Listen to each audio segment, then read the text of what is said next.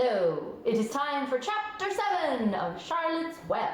Today we'll actually be reading 2 chapters because they're both pretty short. Chapter 7. Bad news. Wilbur liked Charlotte better and better each day. Her campaign against insects seemed sensible and useful. Hardly anybody around the farm had a good word to say for a fly. Flies spent their time pestering others. The cows hated them. The horses detested them, the sheep loathed them, and Mr. and Mrs. Zuckerman were always complaining about them and putting up screens. Wilbur admired the way that Charlotte managed. He was particularly glad that she always put her victim to sleep before eating it. "It's real thoughtful of you to do that, Charlotte," he said. "Yes," she replied in her sweet musical voice. "I always give them an anesthetic so they won't feel pain. It's a little service I throw in." As the days went by, Wilbur grew and grew. He ate 3 big meals a day. He spent long hours lying on his side, half asleep, dreaming pleasant dreams. He enjoyed good health. He gained a lot of weight. One afternoon, when Fern was sitting on her stool, the oldest sheep walked into the barn and stopped to pay a call to Wilbur. "Hello," she said. "Seems to me you're putting on weight." "Yes, I guess I am," replied Wilbur. "At my age, it's a good idea to keep gaining." "Just the same, I don't envy you," said the old sheep. "You know why they're fattening you up, don't you?" "No," said Wilbur. "Well, I don't like to spread bad news," said the sheep, "but they're fattening you up because they're going to kill you. That's why."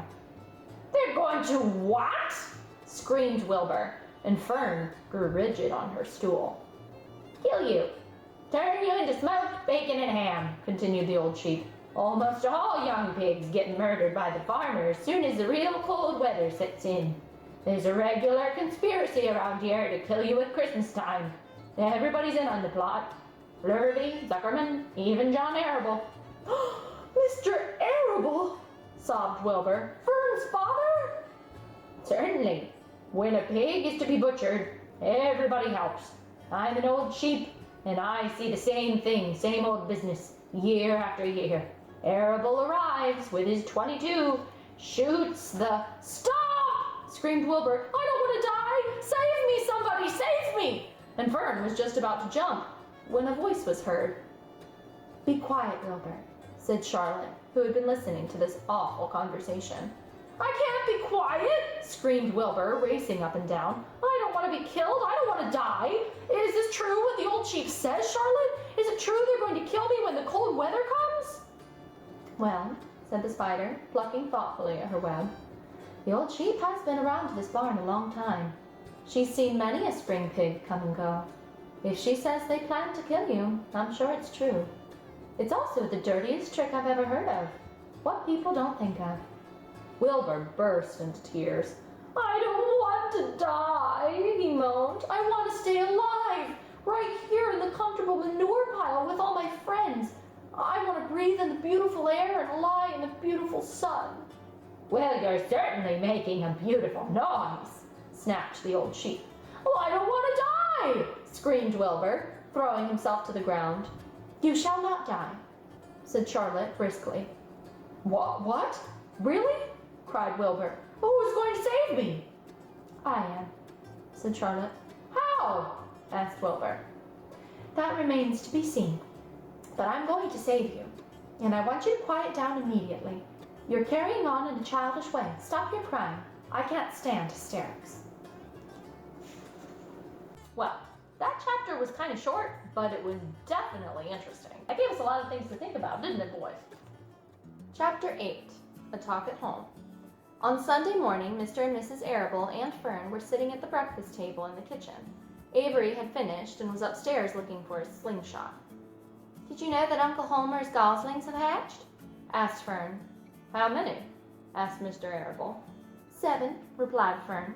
"There were 8 eggs, but 1 egg didn't hatch, and the goose told Templeton she didn't want it anymore, so he took it away." "The goose did what?" asked Mrs. Arable, gazing at her daughter with a queer, worried look. "Told Templeton she didn't want the egg anymore," repeated Fern. "Who's Templeton?" "He's the rat," replied Fern. "None of us like him very much." "Who's us?" asked Mr. Arable. Oh, everybody in the barn cellar. Wilbur and the sheep and the lambs and the goose and the gander and the goslings and Charlotte and me. Charlotte, said Mrs. Arable. Who's Charlotte? She's Wilbur's best friend. She's terribly clever.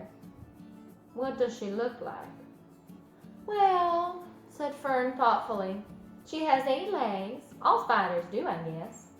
Charlotte is a spider? Asked Fern's mother, and Fern nodded. A big gray one. She has a web across the top of Wilbur's doorway. She catches flies and sucks their blood. But Wilbur adores her. Does he really? Said Mrs. Arable rather vaguely. She was staring at Fern with a worried expression on her face. Oh, yes, Wilbur adores Charlotte, said Fern. Do you know what Charlotte said when the goslings hatched? I haven't the faintest idea, said Mr. Arable. Tell us. Well, when the first gosling stuck its little head out from under the goose, I was sitting on my stool in the corner, and Charlotte was on her web. She made a speech. She said, I'm sure that every one of us here in the barn cellar will be gratified to learn that after 4 weeks of unremitting effort and patience on the part of the goose, she now has something to show for it. Don't you think that was a pleasant thing for her to say? Yes, I do, said Mrs. Arable. Now, Fernie, it's time for us to get ready for Sunday school. Go tell Avery to get ready, too. And this afternoon you can tell me more about what goes on at Uncle Homer's barn. Aren't you spending quite a lot of time there? You go there almost every afternoon, don't you? I like it there, replied Fern. She wiped her mouth and ran upstairs. After she left the room, Mrs. Arable spoke in a low voice to her husband. I worry about Fern, she said. Did you hear the way she rambled on about those animals, pretending they could talk? Mr. Arable chuckled. Maybe they do talk, he said. I've sometimes wondered. At any rate, don't worry about Fern. She's just got a lively imagination. Kids think they hear all sorts of things. Just the same, I do worry about her, replied Mrs. Arable. I think I shall ask Dr. Dorian about her the next time I see him. He loves Fern almost as much as we do, and I want him to know how queerly she's acting about that pig and everything. I don't think it's normal. You know perfectly well that animals don't talk. Mr. Arable grinned. Maybe our ears just aren't as sharp as Fern's, he said. And that is the end of both chapters. I wonder how Charlotte's going to save him. What do you think? We'll find out next time. See you. Bye.